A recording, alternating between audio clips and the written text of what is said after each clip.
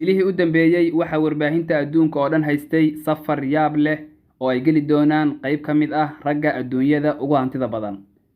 safarkan oo ay uga bixi doonaan dhulkan aan ku noolnahay kuna tegi doonaan isbeyska iyo hawada sare.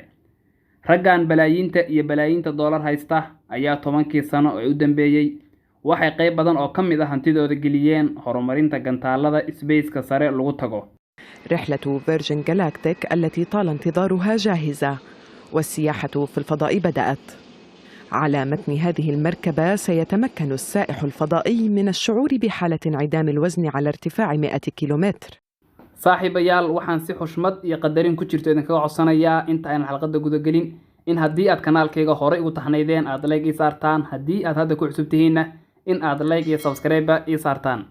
Jeff Bezos oo ah ninka maantada aan joogno ugu hantida badan adduunyadan oo hantidiisa lagu qiyaaso ilaa iyo 205 bilyan ayaa wuxuu qorsheynayaa in 20ka bishan aan ku jirno oo u safro space-ka sare iyadoo safarkooda uu qaadan doono muddo 11 daqiiqo oo kaliya ah. wuxuuna ku socon doonaa gantaalka ay saaran yihiin xawaare gaaraya ilaa iyo 2300 mayl per hour. Jeff Bezos mulkiilaha Amazon ayaa wuxuu asaasay sanadkii 2000 shirkadiisan gantaalaha oo magaceeda la yiraahdo Blue Origin si uu horumariyo tiknoolajiyada gantaalaha ganacsi iyo lacag kalena uga sameeyo. safarkan uu Jeff ku tagayo space-ka sare ayaa wuxuu ku soo aadayaa 9 bari kadib markii uu Richard Branson oo ah bilyaneer Ingiriis u dhashay isna uu tagay space-ka. laakiin labadan safar ee Richard iyo kan Jeff farqi weyn ayaa u dhaxeeya.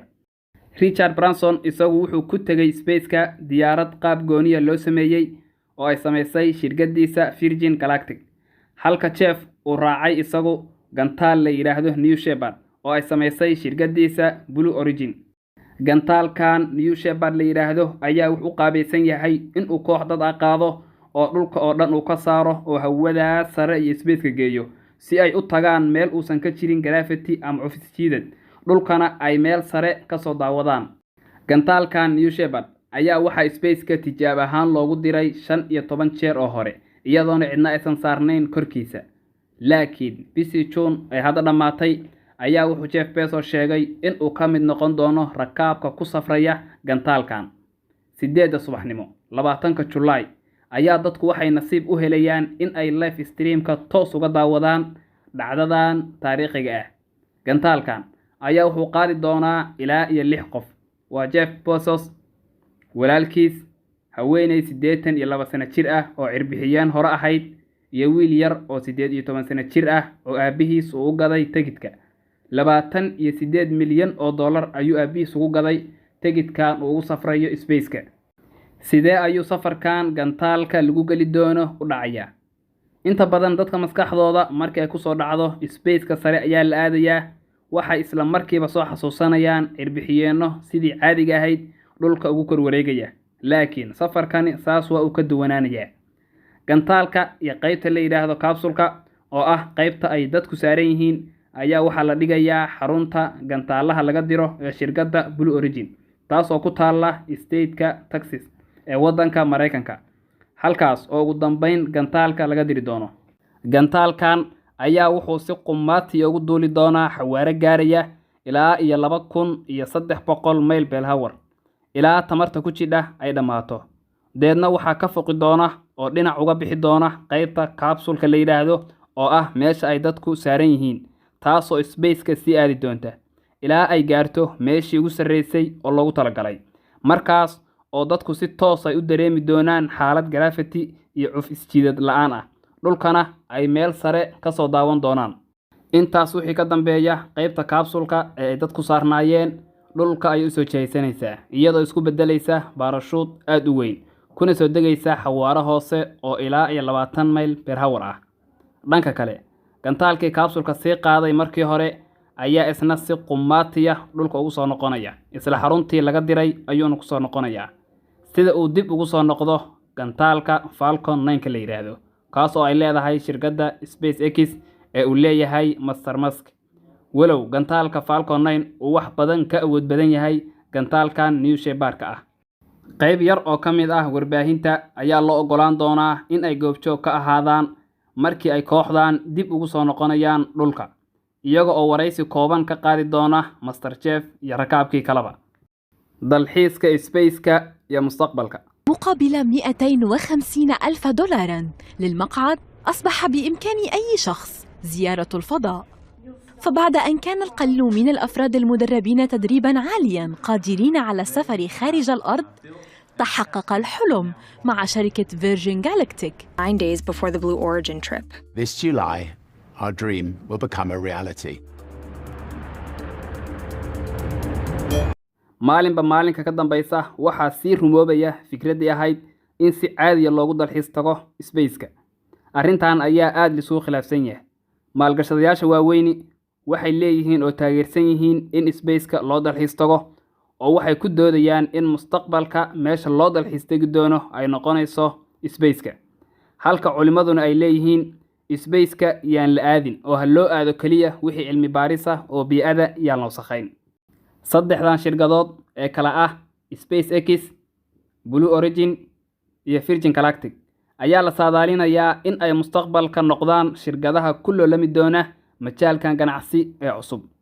hadda qayb ka mid ah dadka Jeff Bezos raacay ayaa waxaa laga qaaday $28 milyan oo dollar. laakiin 10 sano oo soo socota waxaa la rajaynayaa in qiimaha tigidyada Space-ka lagu aadi doono ay noqon doonaan $20,000 oo dollar oo kaliya. wadamo waaweyn oo Ruushka iyo China ay ka mid yihiin ayaa hadda waxay xarumo waaweyn ka dhisayaan Space-ka. xarumahaas oo isugu jira hoteelo loo dalxiis tago mustaqbalka iyo xarumo cilmi baaris. waxaa la qiyaasaa hadda in 15,000 ilaa 20,000 oo qof oo dunida daafaheeda ku kala nool ay xiiseynayaan in ay u dalxiis tagaan oo ay mar tagaan Space-ka. sidoo kale waxaa la sheegaa in waddanka Japan ilaa 600 oo qof ay kaydsadaan hadda lacagtii ay mustaqbalka ugu dalxiis tagi lahaayeen Space-ka. We have liftoff. The Shepherd's cleared the tower. And New Shepard has cleared the tower on our way to space with our first human crew. Go, Jeff. Go, Mark. Go, Wally. Go, Oliver. You are going to space.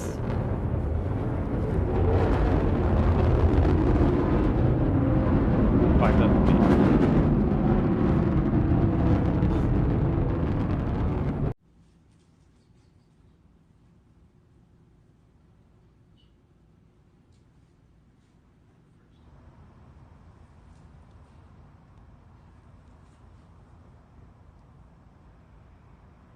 And touchdown.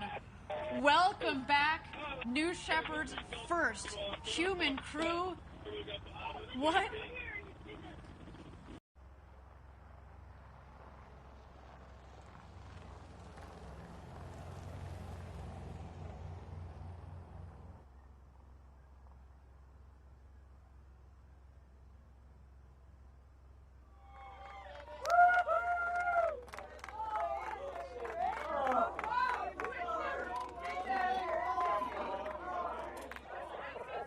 su'aal yar oo kooban.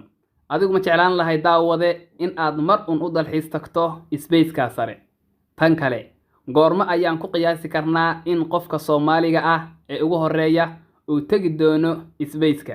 qaybta commentiga aragtiyihiina igula wadaaga saaxiibayaal. waxaan mar labaad iyo mar saddexaad idinka codsanayaa in haddii aad kanaalkayga ku cusub tihiin aad like ii saartaan, haddii aad horey ugu taxanaydeenna in aad like iyo subscribe ii saartaan. sidoo kale waxaa jira page aan ku leenahay Facebook oo isla magaca kanaalkan wata, waa Yamyam Balaase, kaas oo aan si maalinla ugu soo gudbino dhacdooyinka yaab kale ee saxaafaddu ay dunida daafaheeda ka qorto. waa mahadsantihiin, waa noo xalqad kale oo xiiso leh. nooli kulantee guuleysta saaxiibayaal.